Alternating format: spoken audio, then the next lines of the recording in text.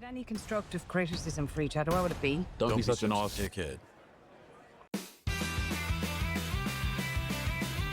F1 is a genuine racing movie that puts a somewhat unique twist on the idea, and showcases Brad Pitt in his most likable, yet predictable tone. The racing feels loud and real because to a point it is, but the whole thing is bogged down by a bit of needless rivalry cliches and a runtime that could have used some padding. Brad Pitt plays Sonny Hayes, a skilled race car driver who has yet to experience true success, and upon his old friend desperately needing his help, and only his help, to avoid complete financial ruin, he's again thrown into the world of F1. His teammate Joshua is not so enthusiastic though, as you'd guess they don't get along. Shocking. One of them's your generic young guy who wants to prove himself, the other is Brad Pitt, what do you think that means?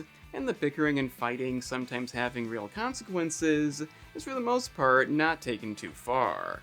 By that I mean it eventually is, and it's a bit unwarranted, but F1 is one of those movies when it gets to a critical point, and then it kinda falters. The opening bits have lots of unique ideas, events you don't really expect. Some of it is a bit unrealistic, as in not something that would likely happen in F1. The diehard fans may not love that, but it does make for a lot of comedy, the Brad Pitt comedy you've come to expect, and this racing movie does give us a decent amount of racing. I can't say the narrative is the most riveting, at least on the base of it. The two leads, as I described them, basically sums up what's gonna happen in this, but a good amount of what we came to see, being racing and a lot of unexpected moments, mostly makes up for it. Sonny's given a backstory that I guess would count as a spoiler, but you know what that's going to lead to early on. The movie has very little in terms of an antagonist. Technically, they shoehorn one in toward the end, but nothing too substantial. The story about these two rising the ranks to save the team, and nothing too unexpected, essentially sums up the movie. That being said, it's honestly okay. Give me good, well-done racing action, and some things to get me to say that wasn't expected, and it's really all the movie like this needs. Unfortunately, with a runtime of 2.5 hours, it's not just gonna be that, and, well, it probably didn't need to be that long.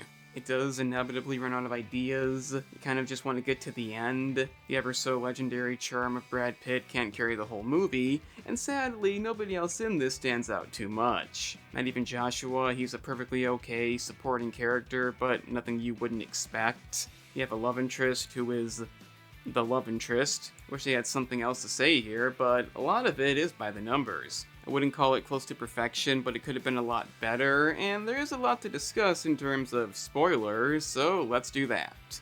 You've been warned.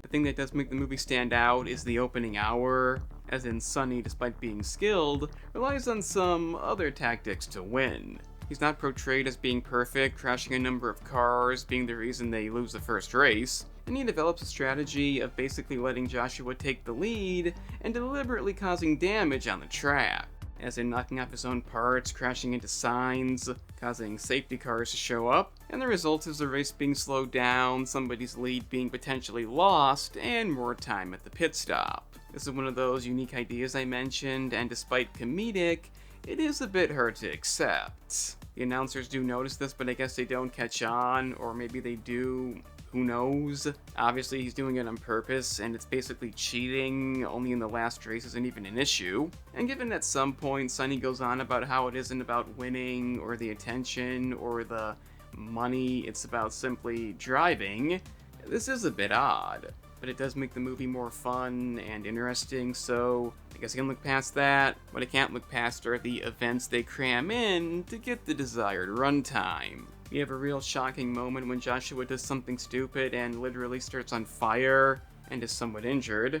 And even though Sonny didn't do anything wrong and stopped the race to save him, he, you guessed it, becomes resentful during recovery. Positively shocking. The accident was completely Joshua's fault, but when he comes back, he deliberately makes Sonny crash, and for a few scenes, becomes a complete dick. If they were gonna have him join a new team, become the antagonist of the movie, that would be one thing, but that's not really what happens. It just goes in the direction you'd expect, and then we get into the whole document forging thing.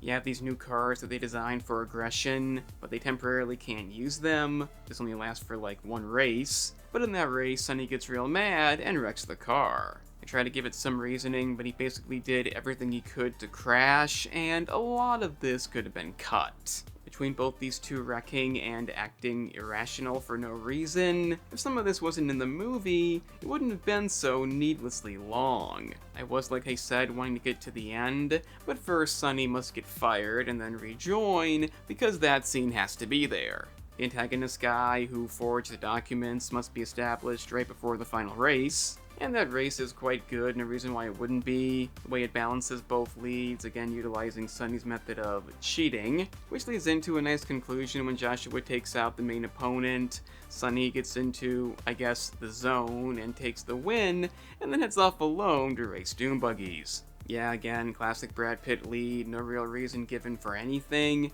and no more is needed. In the end, F1 mainly gives the viewers what they want, not really anything more, and in some cases a bit less. The disregard for logic and what would be allowed in racing is problematic at times, and the movie's extensive length is mainly a result of stuff we didn't need. Luckily, a lot of that time is devoted to racing that still looks really good, and for a racing movie, that is the main thing. The storyline isn't anything special, maybe even mediocre at times. The characters are what they need to be, and mostly solid. I can't call it a top-tier movie, maybe with more attention it could have been. It's definitely fun to watch, so let me know what you think down in the comments. If you enjoyed the video, please share it. Remember to hit the like button, consider subscribing down below. And the gaming channel has content like this, only with games. The link's in the description. I'm the Analyst, and remember kids, it's not about winning, it's about how many safety cars you make come out.